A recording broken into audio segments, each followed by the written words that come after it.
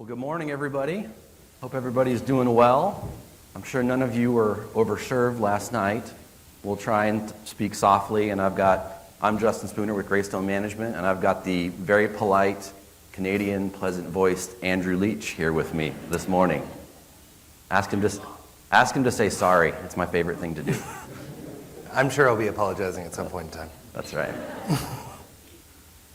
Well, so we hear the word or the phrase unprecedented challenge bandied about a lot. And if you're an operations person or operationally minded, seems like we go from unprecedented challenge to unprecedented challenge. I've been in senior living just at 20 years now. And since I've started, we've dealt with the tech .com bubble, 9/11, 2008, and now the pandemic, with a couple of changes to Medicare reimbursement sprinkled in just for fun. So change is constant in our world, in the operations world. So we have to be nimble and we have to be adaptable, and we're going to be talking about that a little bit today. 2019, the good old days. You all remember when, yes, employee turnover was a problem, but you had a line of applicants out the door ready to come fill those positions. And we talked about this earlier a little bit. What the pandemic has done is accelerated so many things. It's accentuated problems. It's accentuated strengths. And we all knew that the staffing crunch was coming. We've talked about it. Andrew and I have stood in front of organizations and talked about it. But what it really did was compress that issue and bring it to the forefront. So now the challenge we have is finding and hiring qualified candidates, just getting people to respond. So I want to take a little sidetrack here, but stay with me. I want to talk about something very near and dear to my heart, and it's going to sound inappropriate, but it's not, I promise. I want to talk about beaver nuggets.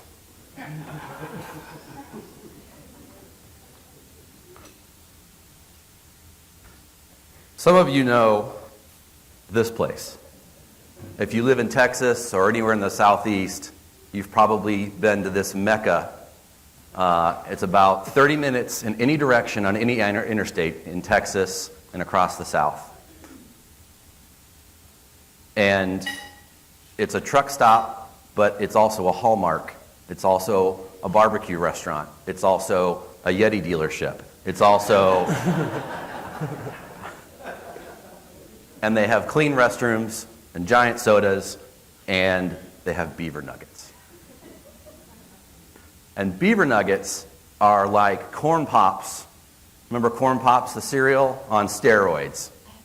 So they lacquer them with, I think, sugar and molasses and butter, and then they dust them off with something, I think it's heroin, is what it is. Because everybody comes back for them. But as I was looking for an example to talk about the challenges that we're facing, I was looking at Buc-ee's website, and I looked at the starting wages. A cashier, the starting wage in Texas is $16 an hour. A car wash technician, $17 an hour. So I applied online. And Mark, I'm happy to tell you that I start my career at Buc-ee's tomorrow, so we need to talk about... You got it. You got it. So what that just underscores, and we don't want to belabor the point. You all know, you've heard all the examples, you've seen all the challenges with airlines, challenges with restaurants, and that's all based on staffing. So that's one of the many topics we're going to be talking about today. And so what we've done... Andrew and I have put together basically a list of the most commonly asked questions that we're hearing from the client organizations that we help manage and the clients that we consult with. So before I do that, I need somebody who doesn't have a Buc-ee's near them, who wants one. Lisa. All right. You gotta...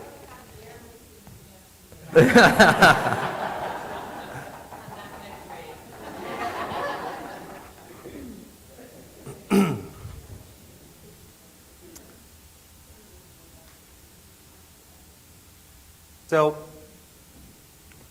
I'm going to start off with bad news first. I figure it's probably the easiest thing to do. That's the most common question we're getting right now. And you're going to see some doomsday headlines popping up all around it, and that's literally just a 10-minute Google search will reveal all that information. We've all watched the news recently. You know, we've all seen the stories of American Airlines can't operate their flights. We've all seen the stories of amusement parks can't open. You know, all those things shut down. You had all those people exit the workforce. Now we're all trying to open back up, and boomers who are working past the end of their career span by probably 5, 8, 10 years probably aren't going to come back. And there's 3 million of them-ish in that category. So you've got a gap. And how are we trying to attract new talent? People are paying more. Okay? And the sad fact of the matter is, this is going to cost you more money. Okay? You're going to have to start raising your wages if you haven't done it yet. You're going to have to take a look at what the wages in your market are doing if you haven't done that yet. If you did a wage analysis a year and a half ago, 2 years ago, it's out of date. You got to do one that's no more than 90 days probably now. But it's not just about money. Okay? If you get into a wage battle in your market, it's just a war of attrition. And you and your competition are just going to wipe each other out just by continuing to raise your rates, and no one's going to win. So, what else can you do? Chet, who is the executive director at Santa Marta in Kansas City, sent us a great labor analysis of the labor market in Kansas City. And to no surprise, probably to anybody in this room, it probably looks just like your market does. Walmart's paying over $15 an hour to start. Target is bumping it up to $16 because they've seen what Walmart's doing, and they're going to just keep going at each other like that, right? There are big billboards on the side of the road that RNs get $10,000 starting bonuses in acute care and hospital systems. Can you compete with all this? No. But, and I keep saying but, there are things other than money that can attract people now. So, I want you to start looking at pay strategies and different ways of compensating people, okay? Retention bonuses are coming, and retention bonuses are happening all around. I know when I talk to operators and we talk about referral bonuses and retention bonuses, and they say, person just hangs around long enough to get their bonus, and then they bail, and they head to the next place. And I get that. And if you're going to pay it in a lump sum, you're probably attracting that. So break it out. 3 months, 6 months, 9 months, 12 months, things along those lines. That's how you can encourage people to stay with money. Referral bonuses are pretty great. We were on Wednesday, Sue asked the room who is still using referral bonuses. Everyone's hand shot up. They can be a great thing. They can be a great tool. But they don't just have to be, you brought me an employee, here's $500. One of the more creative ones I ever encountered was at the Woodlands at Furman. They decided that for every single new employee you were going to bring me, you were going to get a bump in your hourly wage. So it was 25 cents an hour for every single person who completed a year of service. So think about what that could do to somebody over time, right? For us, that may not seem like a big deal, but if you're talking, I referred 3 people, 75 cents more an hour for a frontline CNA or a housekeeper or a dining server, I mean, that's a car payment or a rent payment by the end of the year. Okay? That's impactful. That makes a big difference.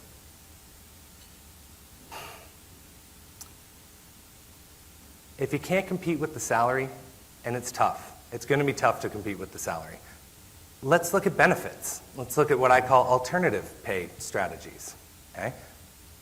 So often when we talk about benefits, we say, well, I have a 401k program, and I have an employee health insurance program, and that's pretty good, right? That's good, right, Justin? You'd want to work there. Everybody has one, okay? And they're heavily underutilized. 401ks are heavily underutilized. Most of your frontline employees don't see the value in it. And it's tough because you're like, this is free money. Take my free money, please. But they don't hang around long enough to make it worthwhile. And it's not really that attractive to them. So what is? Daycare. Okay? What did the pandemic teach me? I have 2 kids under 5, and we were at home, and my wife was finishing her master's, and Most of my salary goes to daycare already, but I can tell you that that's not enough. They needed more. I really, really had a real appreciation for what those folks do. On-site daycares, okay? People are looking into it. Imagine the convenience of your staff being able to bring their kids in their same car to work, drop them off, work a shift, pick them up, head back home, okay? That's huge.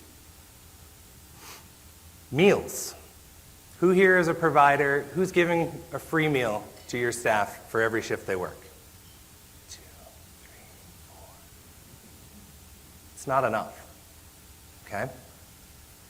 And it doesn't have to be free. It can be a taxable benefit. It can be greatly reduced in price, but your employees should be able to have a hot meal at work every single time they're there, okay?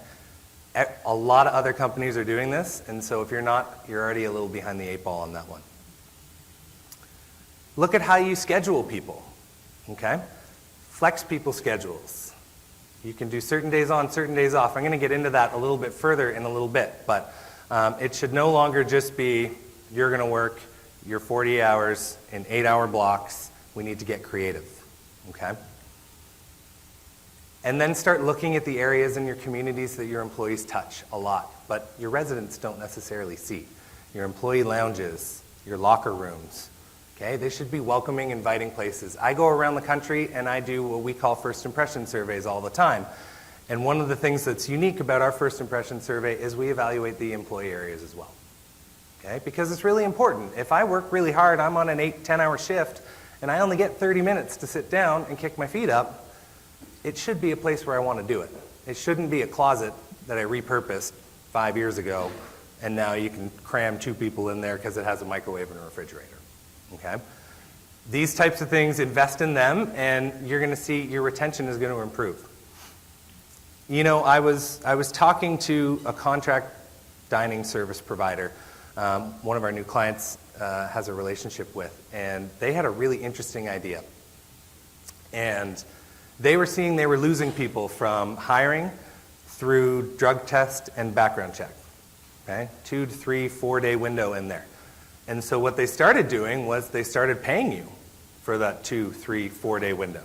Now, I mean, obviously you have to pass your drug test and your background test, but it was the minute I signed my contract, I'm a money-earning employee there, and so I'm not going to lose them to another industry that doesn't have those same restrictions, right, or those same barriers. I thought that was really creative, and that's probably one of the better ideas I've heard in the last 12, 14 months, and they're seeing it making a really big impact. So take a look at things like that. When you look at, hey, I'm going to pay someone 2-3 days and they're not even going to work, well, how much is it going to cost you to then repost that job, re-recruit, re-interview, rehire, retrain, and keep going? You know, it's going to cost you a little bit more up front, but it's going to pay off for you dividends on the back end. And really, in regards to recruiting, one thing I can tell you is you got to really take a step back from your operation, and when you look at it, you need to try to look at it from an outsider. When you take a look at it, do you see what it is or what you think it is in your head? Okay? We know how great we are. We know the great cultures we have. We know what we do. Other people don't know that. So you need to be able to pitch that value to them. You need to be able to pitch the position to the person. The next question, so I can't pay these people enough. How am I going to get them to come work for me? Retention strategies, I think, are all, all the rave right now. Everyone's trying to figure out, okay, I lost a whole bunch of people during the pandemic. How am I going to keep the people that I have and that are great? And for a really long time, retention meant, hey, I graduate college, I get my first job, I work here for 25, 30 years, I retire, I get a gold watch, I'm out with my pension. And those days are long, long gone, right? We've all known that for a long time. People are usually 5 years and out, depending on what the position is and the level of education is. But 5 years, is that realistic for a dining server? I don't think so. I mean, most of our dining servers are high school students, right? So if I get a year out of a dining server, is that good? I think that's pretty good. If I get a year out of a CNA, is that good? I think it's pretty good. I'd like to push it further, but if I want to push it further, I got to give that CNA something more that they can become in the future, right? I got to have a growth plan for that person. I got to have some way for them to want to remain in my business because they can see that they're going to be more than a frontline CNA in a couple of years. So I want you to be realistic when you're talking about retention. You're not going to be able to hold on to all your people all the time. Mark, I think you told us what the turnover rate in senior living was on Wednesday. It's like 154% or something right now, right? So, be realistic, please. And as you're doing this, and as you're focusing on people, and as you're bringing people on board, you need to be touching them. You need to be engaging with them. You need to be checking in at 45 days. You need to be checking in at 90 days. You need to be saying, how are things going? What can we do better? We made a whole bunch of promises to you as a new employer. Are we living up to our end of the deal? Okay? It's not just about, are you living up to your end of the deal, Mr. Employee? It's, hey, are we who we said we were? Okay?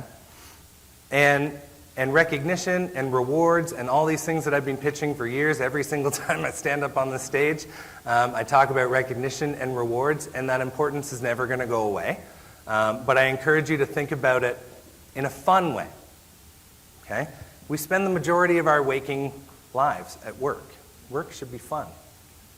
You should want to go to work. You should be happy. I had a job, the last job I ever had in hospitality. I dreaded that job. And I drove in, and the shadow of the parking garage would come over my car, and I just would look up to the sky and be like, what's happening today? And what am I about to walk into? No one should feel that way on their way to work, right? Make it fun. Reward people, recognize people, but by all means have a good time doing it. So as I segue into my normal service excellence initiative talk, what is the culture of your organization right now? When's the last time you took a really good look at who we are, what we believe, what our values are, and the promises we make to not only our residents, but to our staff? I can tell you, if you haven't really taken a good look at it in the last 10 to 12 years, it's probably not resonating with your workforce any longer. And it's probably time to dust it off and say, what am I really trying to say here, and what am I really trying to get across? Service excellence, hospitality, whatever the word you want to use, is fantastic, and it's something we should all be striving for, right? We need to be creating unique and memorable experiences for our residents every single day. But if you haven't refreshed it, if you're talking, really old terms, if you haven't taken a really good look at what it says, you may be doing all this and missing the mark pretty badly. So dust it off, take a look at it. And I mentioned it earlier, I want you to try to start treating that new potential employee like you would treat a new potential resident. It's the same thing, okay? You're courting them in the same way. You're trying to make them happy in the exact same way. You want to sell the applicant on the position, you want to sell them on us, on who we are, on what we believe, and why you want to work for me, because I am better than him. Just kidding. But no, it... Yeah. Can I say I'm sorry? I've said been like at least 3 or 4 times, right? Just listen for it, it'll keep coming. All of this, I'm going to continue to say this is going to cost more. And where I want you to invest money when it's talking about retention and referrals is in your HR infrastructure. Okay? We, Greystone, for many years have been preaching the importance of having a director-level HR person at each community. Many, many communities have just a coordinator. Many people will have a one-person HR department. And that's really going to put you behind the 8 ball in this market because your human resources department needs to be dynamic, they need to be capable, and they need to be quick in this market. And if they're not, you're going to start losing out. So we encourage you to invest, okay? One of the things we've been really successful with is partnering with a PEO organization. That makes a lot of people scared. They think, hey, I'm going to lose a little bit of control of my business. I'm not going to have control over my employees, those sorts of things. I can tell you that's not our experience. We find partnering with a PEO to be a great thing.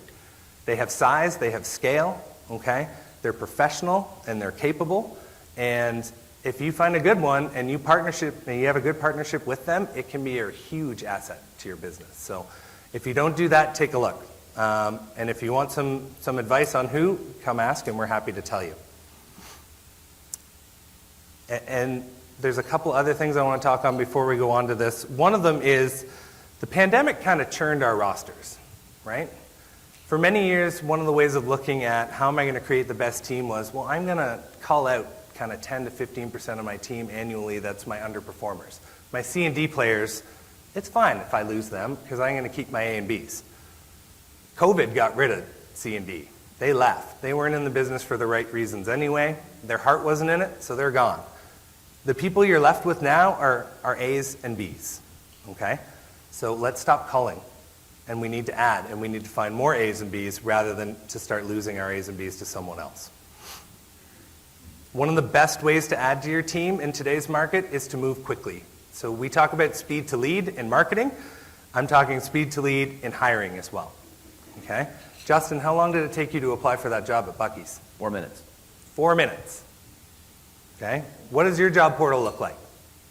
If it looks like, hey, please upload your resume, and then in these little boxes right here, please retype your entire resume in all of its thing, stop. Okay? You're going to lose the person. They're not going to finish the application. They're going to get upset and say, why am I doing this? And they're just going to move on to Buc-ee's. Simple. New applicant tracking systems text candidates within 5 minutes of their application hitting your portal. Okay? Speed. If you're not fast, if you're not moving, you're behind the 8 ball. Okay?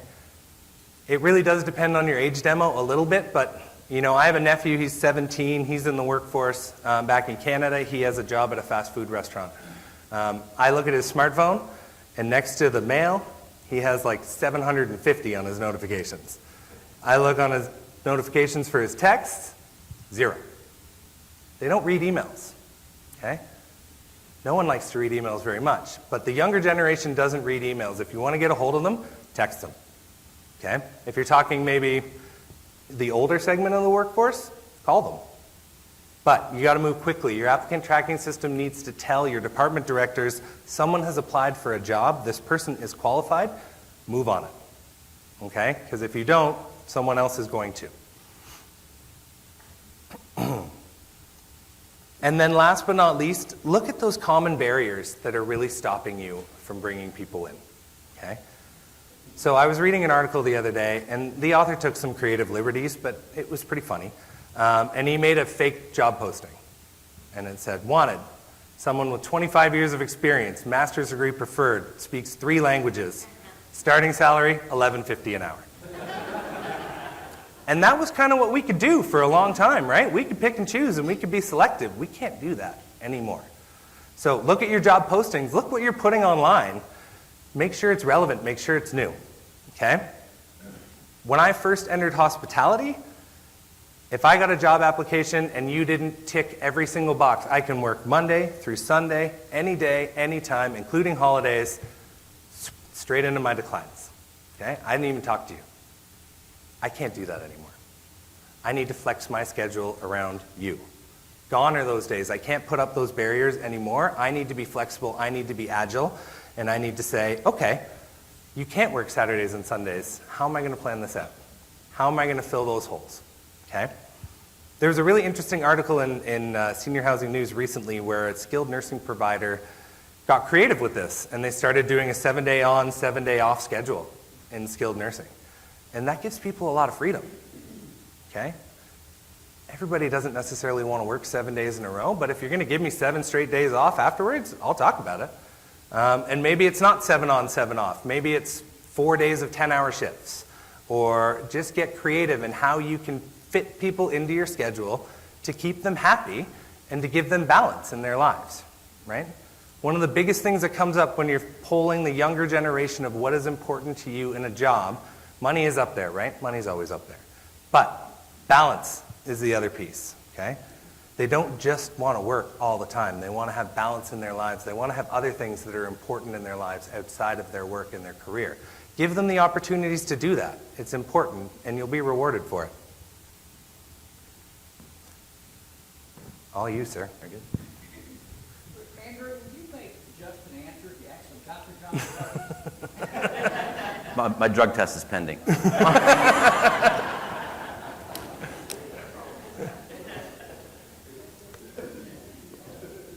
but they're paying me.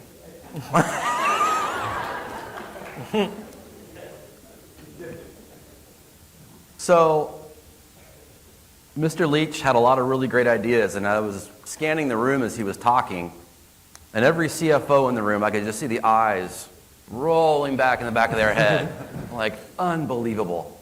How are we going to pay for this? So, we had a really interesting thing happen at one of our communities that one of our client organizations that we help manage. And the executive director called us, was just blown away. He said, "You're never going to believe what just happened. I just got a call from my resident council president." Okay.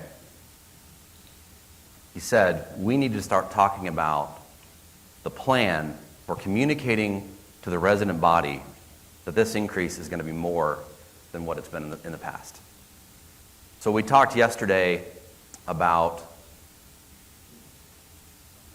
the importance, our changing consumer, and they're more and more values driven. Our residents want to know that the people that are taking care of them are being taken care of. And they understand, they read the news, they see what's happening, they understand what's going on. Brad and Kurt yesterday did a great job talking about resident demographics and what's going on there. They may be grumpy, they may complain, but at the end of the day, they can afford it if we have a little bit larger increase for a few years. And the demographics are with you. And they care about your staff. They care about those relationships. They want to see those people stay. So, look at your demographics. Back to my story. If you're not engaging with your residents, your resident council, your finance committee, however you communicate with your resident body, you need to start. You need to have a communication plan for how you're going to talk about what that next increase looks like, because it's going to be larger. So at the end of the day, we have to make the right call for our business, and increasing revenue is going to be part of it. But we can't just rely on revenue. There is an expense equation that we have to talk about. So as we think about our organizations, we need to start talking about how we dimensionalize service creep costs. And we can talk about that a bunch of different ways. But one of the things that the pandemic has done for us is it's given us a reset opportunity. This only comes about every 100 years. But you've got an opportunity. You have a window right now. So when we talk about your housekeeping schedule, do you have a housekeeper that's starting in a villa, that's moving to building 1, going to the 7th floor? How much time and money is that costing you? A lot of organizations have moved to levels of care fees in assisted living. Historically, a lot of the clients we consult with, they will have level of care fees, but the execution on that isn't great. So we got to look at that. But it's not just about wage costs. There's a lot of other hard costs that we have to look at. I remember about 2013, I was an executive director. I was much younger, much handsomer, much taller. Most of that's true.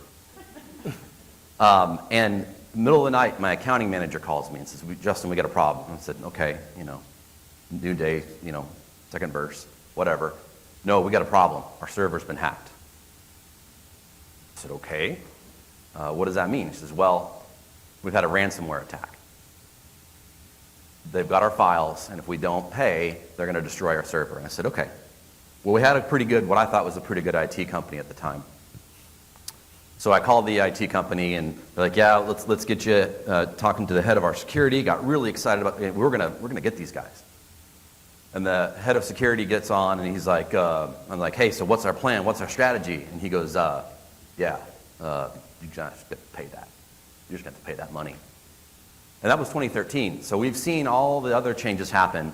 Recently, one of our communities just renewed their cybersecurity. And through no fault of their own, that premium went up 50%. So we've got a lot of other costs that we have to dimensionalize and look at it. And like I said, we have to view this as an opportunity. On the programming side, the pandemic taught us that we could do a lot more with virtual programming. But we need to think about, what does the program of the future look like? Are you running more than one program? What are the implications of all this new dining stuff that's going on? We got in-room dining. We've got, Domino's bringing us pizzas with autonomous vehicles. What impact is that going to have on our program? So we have to look at the program of the future. The time is now to talk about that. Oops, too far. You still touching it? Sorry. So, what did we learn from the pandemic, other than daycare workers are maybe the most important people in my life? We learned, and Mark mentioned it yesterday, you took about a 10-year technology span and you smushed it into a year of technology adoption into our operations. Okay? Tech has been an area where we've been notoriously slow in the past, and we all picked it up and we moved quick. Okay? You know who else moved quick? Our residents. For the longest time, we would be debating technology at Greystone and we'd say, well, we got this great piece of resident engagement software, but I don't know if the residents are ready for it. I don't know if they can do it. You know who wasn't ready for it? Us. They were just fine. It took no time at all for them to get used to it. So, we invested a lot in technology. We got to keep going. Okay? Technology is going to change and make our businesses easier to operate. We need to take that investment that we have and keep it going. And it's going to pay off dividends for us in the end. We also learned in-room dining is a viable virtual venue. Okay? And I don't think it should be a surprise to any of us when you look back. You look at DoorDash and Uber Eats and Grubhub and all these things are exploding, right? People want good food in the comfort of their own home. They want to stream Netflix while they have pasta from their favorite Italian restaurant. I'm sorry, what was that? Did I say pasta or You pasta? did. Okay. It's just part of my process. Okay. So, in-room dining, people want it. Okay? And they're going to continue to want it. That's not going to go away. Now, they probably don't want it all the time, but Justin talked about what's that program of the future look like? Well, maybe it's 20 meals in the dining room and 10 in my unit, or maybe it's a 50-50 split, or something along those lines. But we need to get comfortable with in-room dining. And we did it well. And it actually saved us money in a lot of cases. So it is worth it, and it is something that is going to be the expectation of our customers coming in, and so we need to make it as fantastic as our other dining venues, really. As an operator, the enhanced security screening was a big positive. It was a bit of a pain to get it all set up and to control every single access point, but I can tell you, to know every single person who's on property at my community at all times is a huge positive. Okay? And we're seeing some of that stuff being designed into new communities. A new community we're working with, that's going straight into the access control. So they can be ready for those sort of things that you don't want to plan for, like an active shooter or something along those lines. And you can be quick and agile and close off areas. That security is a positive. Residents, one of their number one drivers, right, to move in, safety and security. I want to be safe in my own home. That worked out really well for us. You know what else worked out really well for us? Influenza season. Infection control. We learned that we're pretty darn good at controlling infections when properly motivated.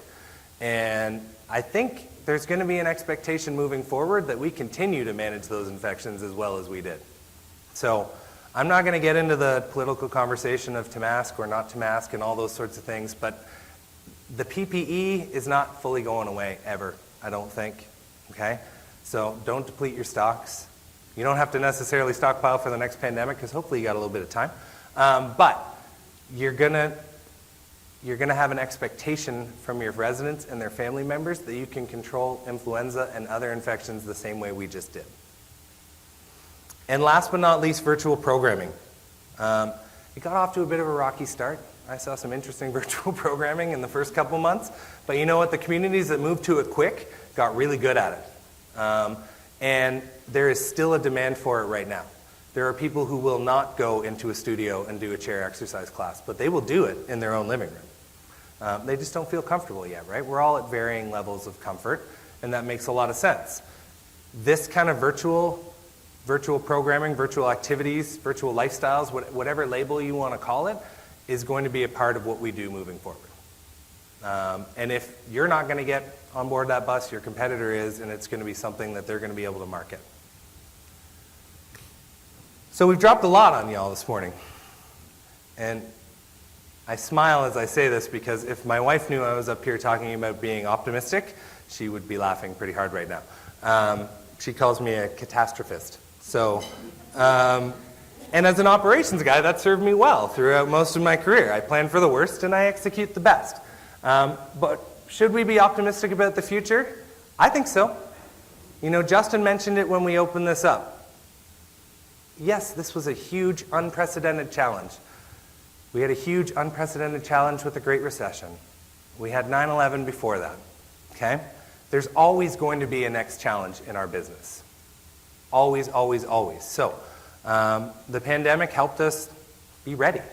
And what it also did was it took our young leaders, the ones that are our department heads right now, and it gave them a real-life education on how tough things are in operations, and it seasoned them up. And they're smart, and they're capable, and they're agile now, and they're ready to help us. And Justin, mentioned this a little bit ago too, and I'm going to keep stressing this. Your operations are 24/7, 365, okay? You don't get a chance to hit a reset button on an operation like that very often. People are receptive right now. Your residents are receptive to change. Your employees are receptive to change. Your boards are receptive to change.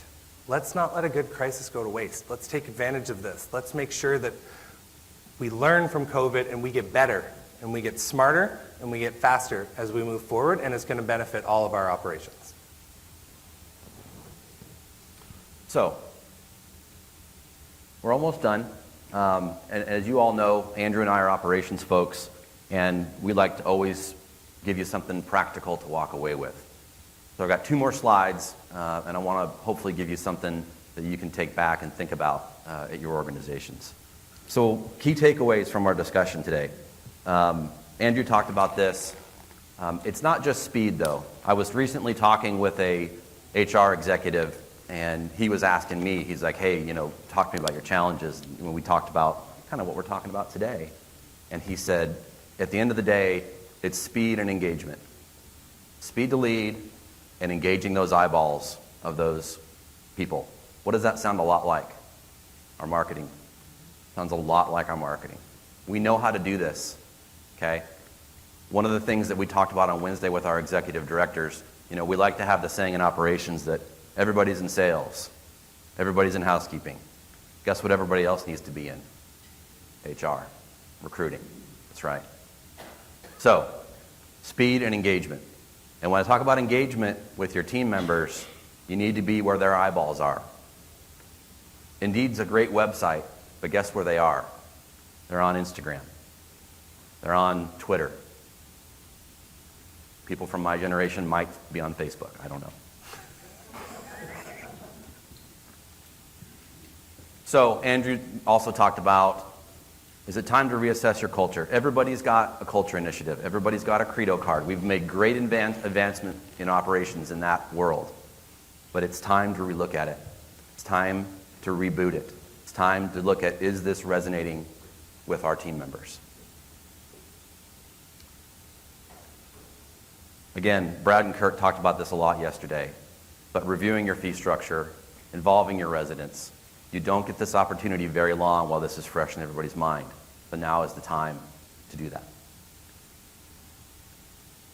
We talked about service creep costs, reviewing a service program. Again, a reset opportunity. And last but not least, let's all be opportunists. We only have one chance to do this, and that window is going to close. So, as we finish, I want to just tell a quick story, and then I'm done, I promise. Most of you in the room won't know who this guy is. I suspect there's a couple people in the room who will know who this guy is. But this gentleman was an officer in the British Army in World War I. He was blown up 3 times, gassed twice, sent back to the front every time. And in his last engagement he got back just in time to be placed in the Battle of the Somme. And if you don't know about that, you can Google it. 60,000 people killed or injured in one day in the British Army. So when we talk about how do we start, what do we do? Andrew mentioned, don't turn this into a war of attrition. Don't run back to your organizations and your communities and say, we got to raise wages and redo this and redo that. Take a small step. Maybe it's doing some more research. Maybe it's involving your residents and your staff in a steering committee. And don't involve the employee that always wants to talk. Because for every employee that always wants to talk, there's 10 that aren't talking, and those are the folks that you really need to get talking. So take a step back when you get home and make the smallest possible decision you can.